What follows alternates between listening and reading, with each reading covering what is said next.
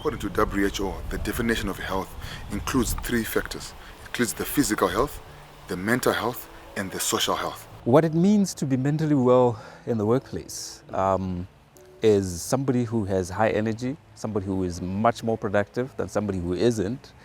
This means that somebody is showing up at work and they are executing their duties as expected, and they even go over and above what is expected. But the reverse is also true. The people that are in HR are not trained psychologists to be able to identify, because there are tools and methods that people would be able to use, those that are trained. Very few of them employ psychologists, especially occupation and clinical psychologists who would be able to identify those problems. So they don't have them.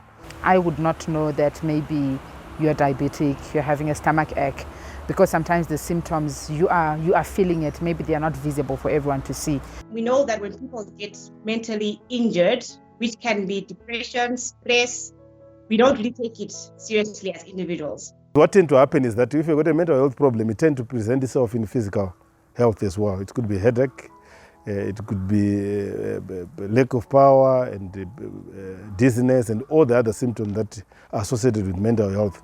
So most people tend to go to a medical doctor when they have that. And sometimes medical doctors may not be able to identify that it's actually a mental health issue. So they'll prescribe medication for a physical problem, which is actually a mental problem. Most workplace areas or management or HR departments have focused on the physical health and neglected totally the physical health and the social health.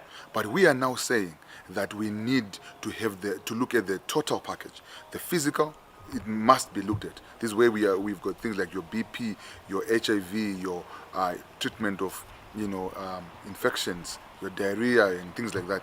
But why we should not neglect the mental, which has to do with your emotions, how you think, how somebody behaves. What we are observing of late is that some organizations, what they're doing is that they are really reaching out to psychologists for help in terms of actually going there to educate people, their staff on mental health. That will be the starting point, because the problem is there are so many people who are suffering from mental health just on the basis of that study that we did.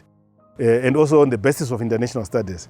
You notice that there are so many people suffering from mental health, but they don't want to come out in the open because of stigma, because also they don't know that what is presenting, the symptoms that they are experiencing are actually mental health problems. We may have someone whose thought patterns, they seem to just lose concentration. You're in the middle of a meeting and you then ask them something, they just seem to continually lose their concentration, which is also something that could be coming up as a new behavior. It's not an old behavior as you have known this person over the years. So they seem to just lose track, they seem to have these empty gazes, they seem to lose their concentration more. Then there's also maybe the anger-based or the irrational behaviors that can manifest. So sometimes they're very subtle things, we get confused with them, but you realize that someone is easily getting angry. They are more irritable. It's just easy to get them spiked in one direction or the other. We could also then stop and check what could be happening to this person.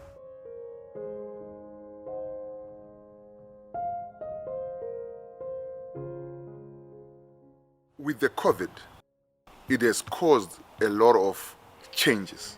It has forced change on people from what they were used to and to what is now termed the new normal. We have seen a lot of people losing their jobs. We have seen a lot of people having pay cuts. We have seen a lot of people working from home. We have seen a lot of people not, having to change and to work in a different environment. And all that brings tension. It brings what we call psychological tension and pressure. And those stresses, if they are not handled well, they can actually cause somebody to malfunction, to misfunction, and will cause a lot of psychological pain. So there is the psychological pressure to change. Right now, during the COVID era, workers are struggling with uncertainty. And I'll tell you what happens. There's a lot of anxiety.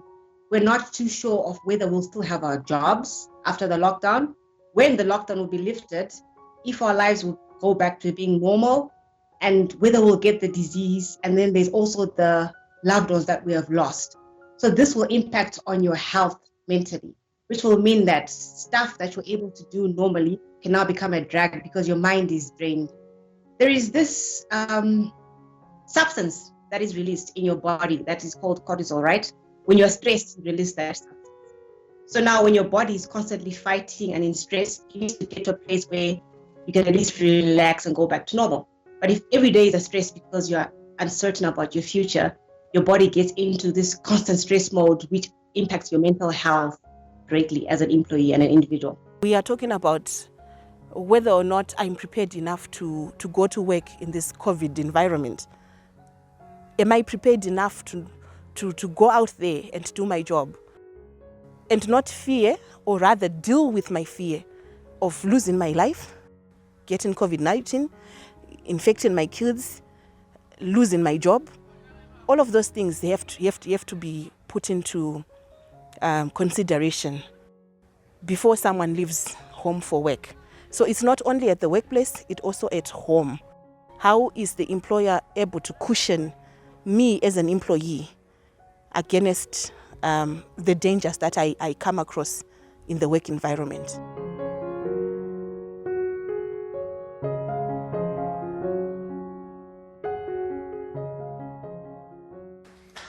Did you Maria ice cream? Can't you see I'm working? Asi mama wako ndavaudzawo kuti uda kushanda panapa. Thank you.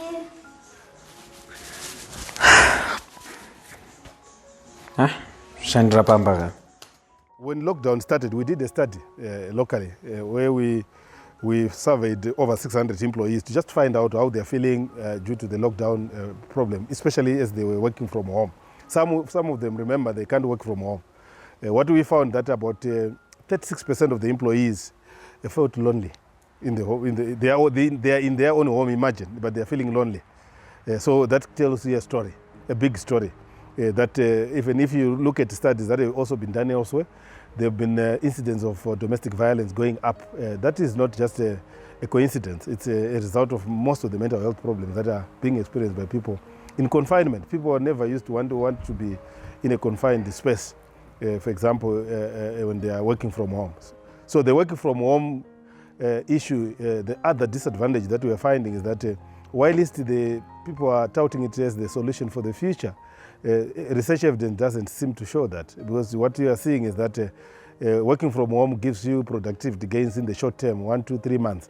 Then after that, productivity starts going down, because you need the social network and social support that you find in the work environment. If you've got a problem, for example, as a journalist yourself, if you are in the workstation, you find a problem, you go to your neighbor, to your colleague and ask for a solution. But if you're at home, you can send a WhatsApp, it can be responded after 3 hours. You can phone, they may not respond to the phone.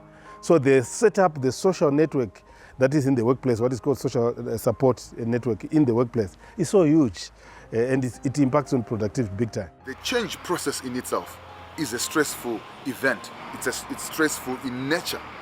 And we actually go through phases, which are commonly known as the change cycle. And on each stage of that cycle, there are pressures, there are pain points, and people go through that change cycle differently. So within an organization, some people would have actually managed to change to the new normal, but some are within that, and they're experiencing a lot of psychological and emotional problems.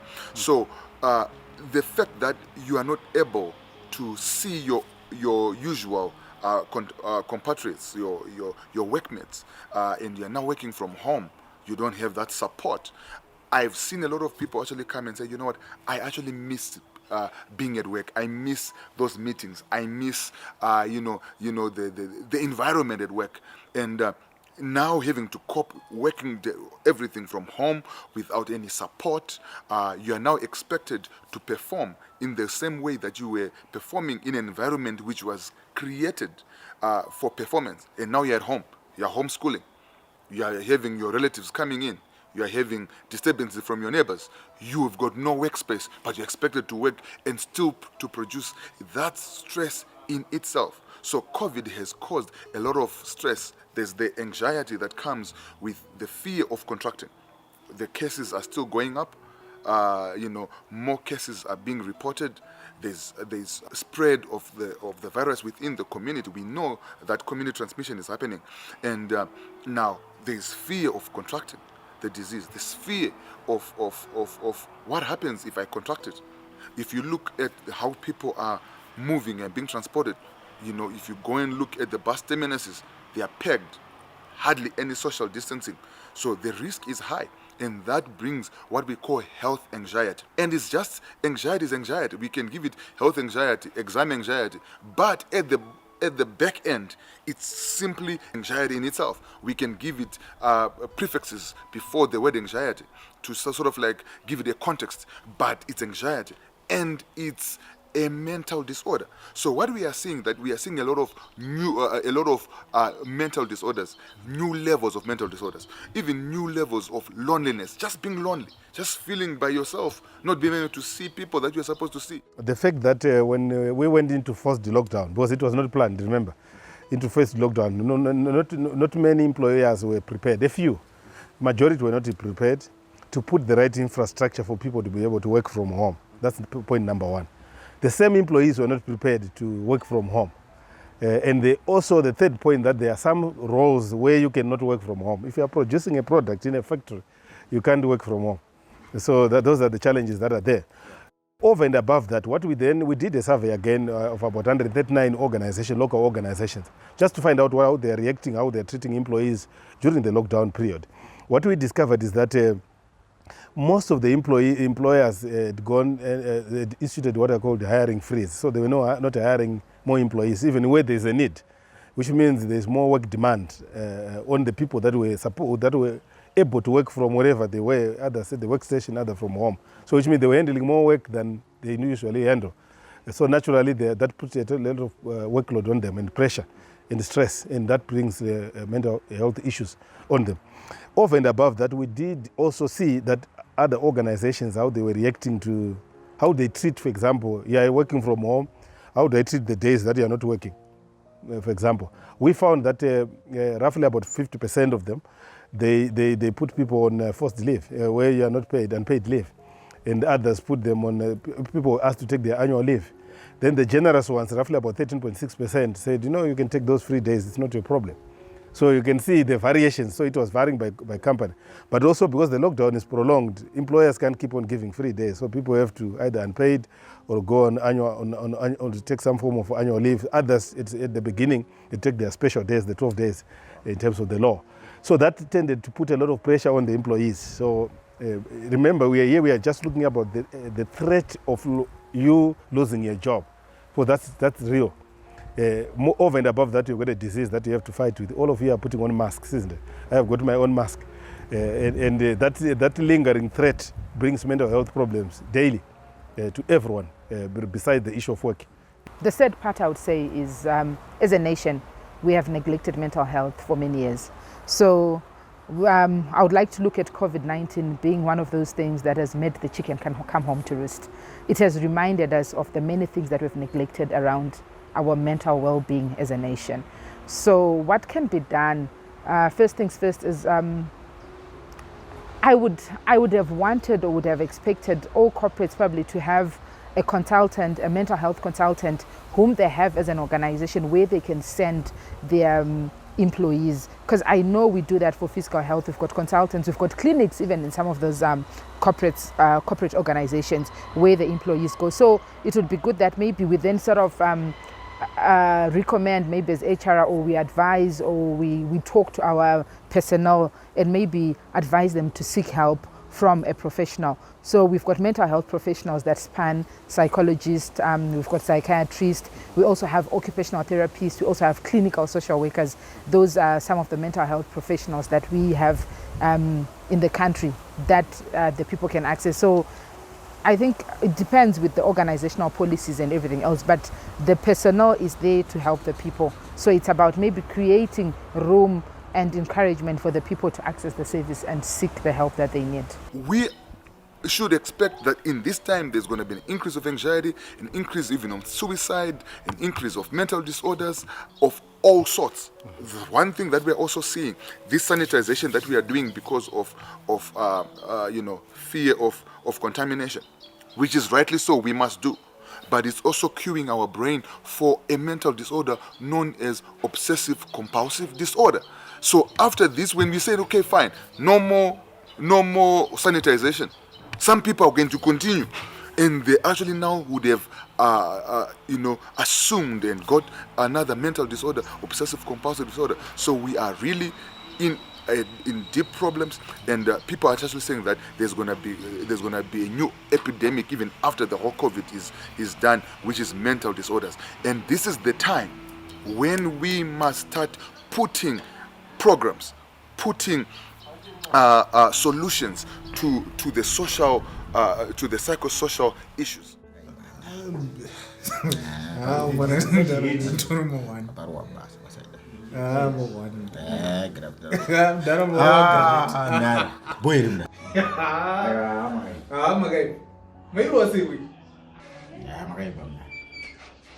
sakubhola tokutoenda mangwana kubhola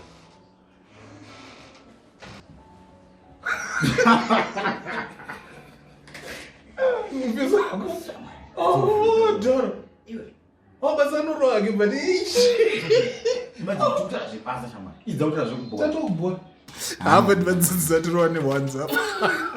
ndakambokuudza kuti zabhuvha ani.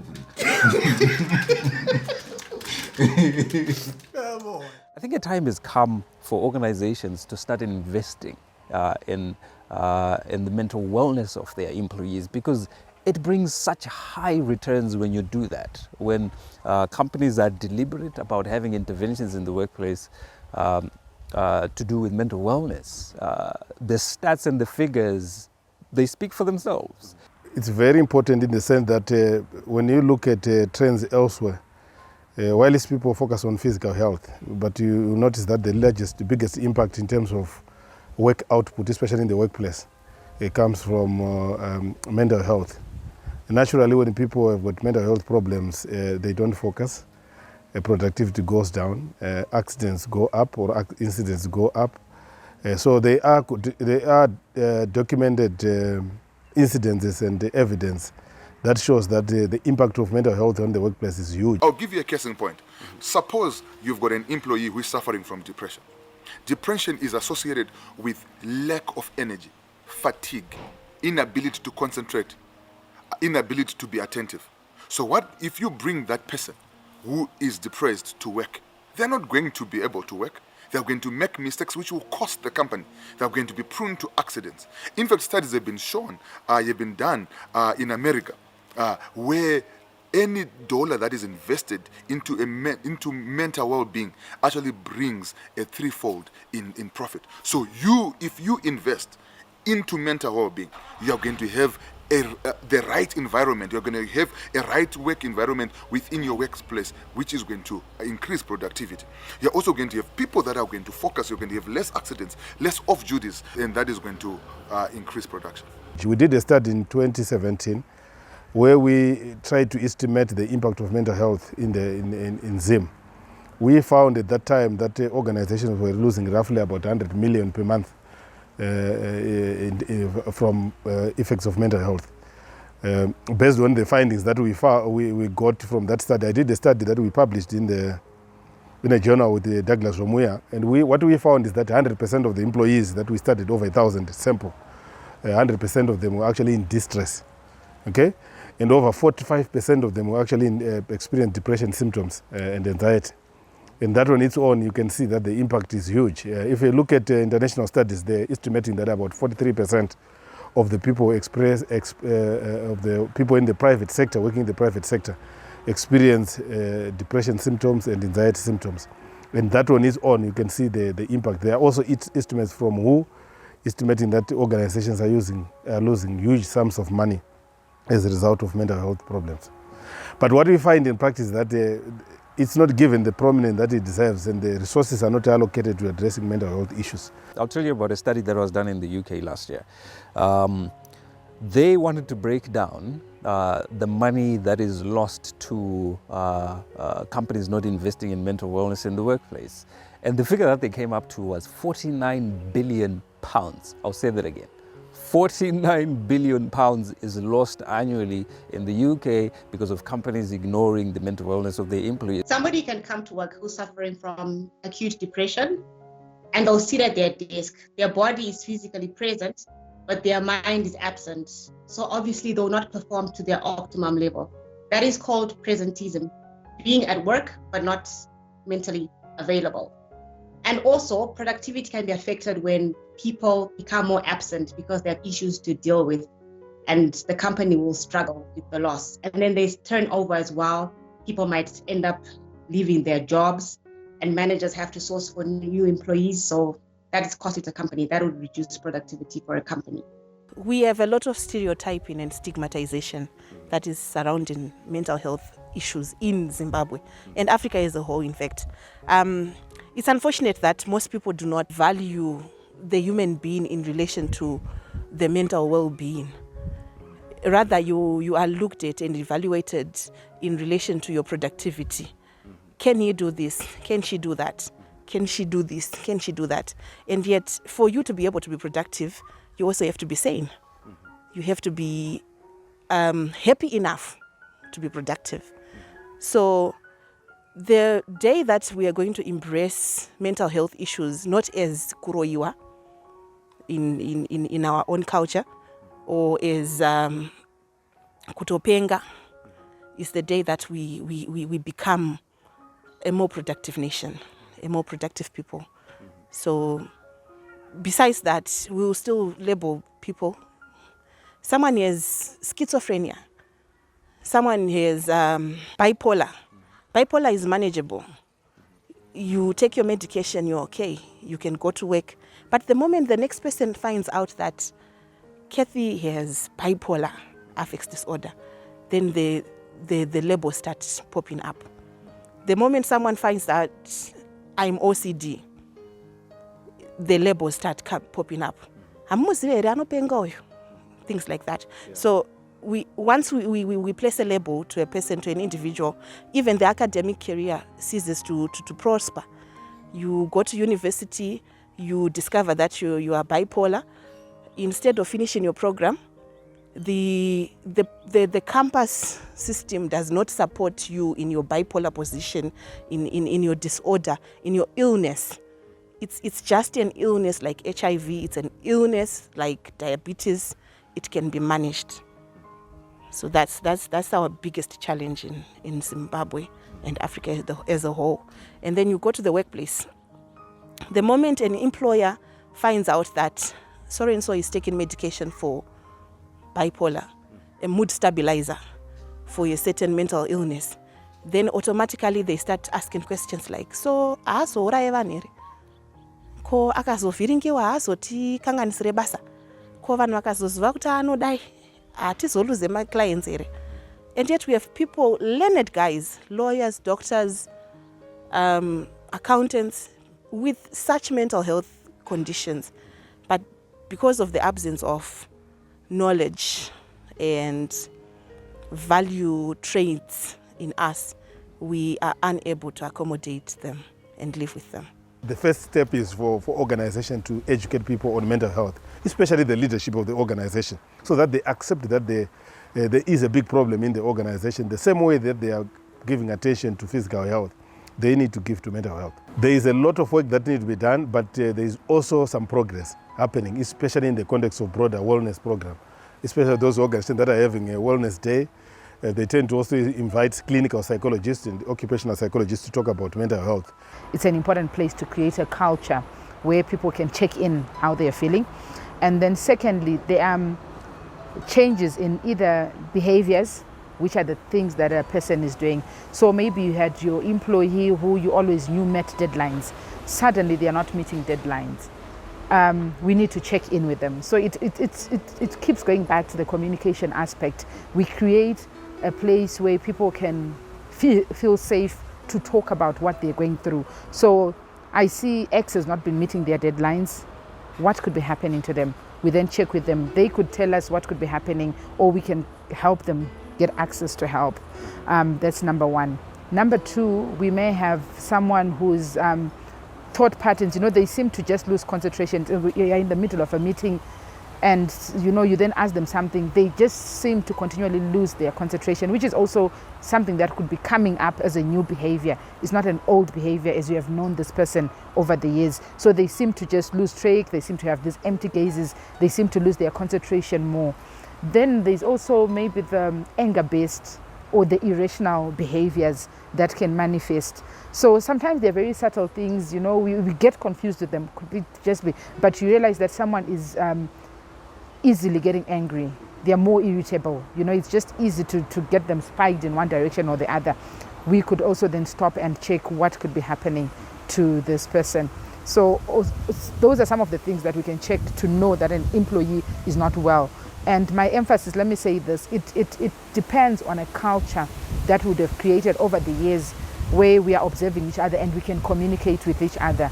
That's the only maybe way. Then obviously there's then the diagnosis that has to come in. But before we get to the diagnosis, it has to be the relationships we have had. What are the changes? What could be necessitating the changes? And then the communication then helps clear out what could be necessitating the changes. Employees are key stakeholders in their own health, and they must, through their associations or workers union, and say that we now need a mental or psychosocial aspect in our wellness programs.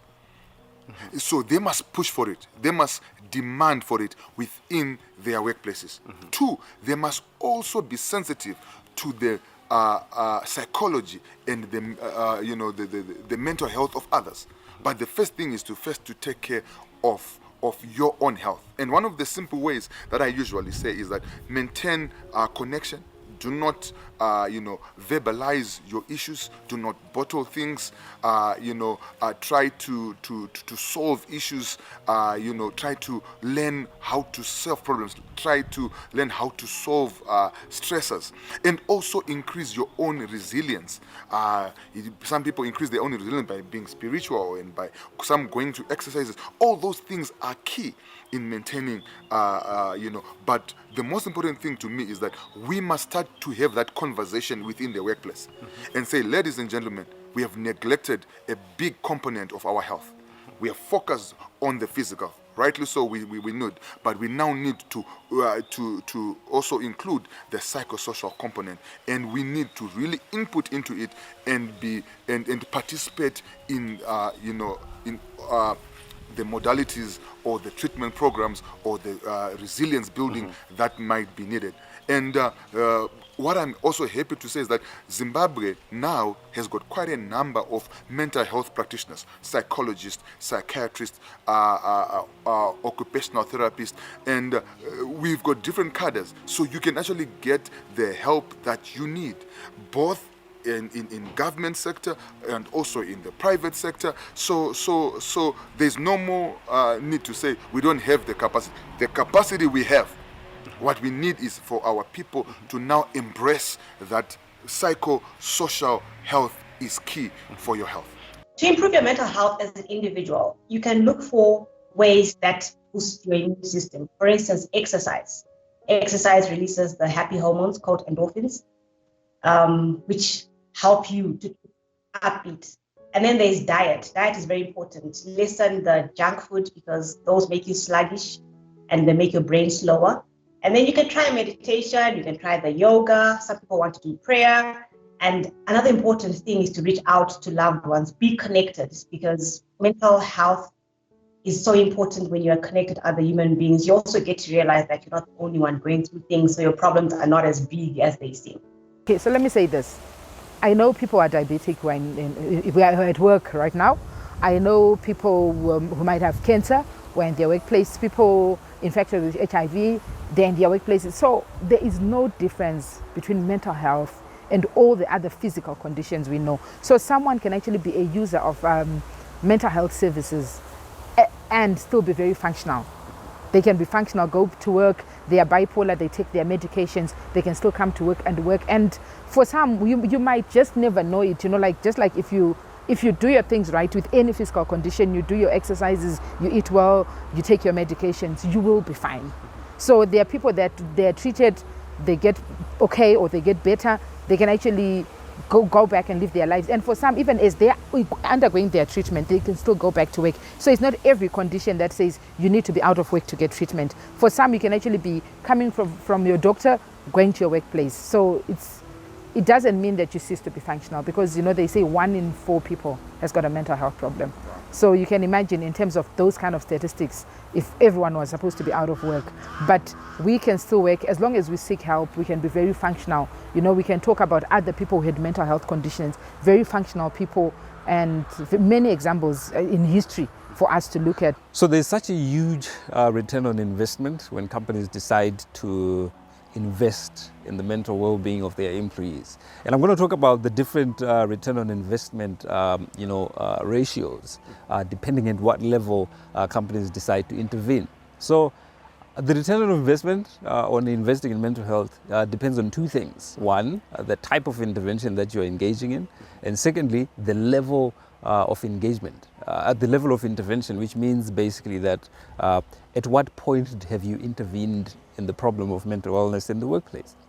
With that in mind, there's a reactionary kind of intervention, which is having a counselor in the workplace, having some kind of emotional support in the workplace, a counselor, psychotherapy, and things like that.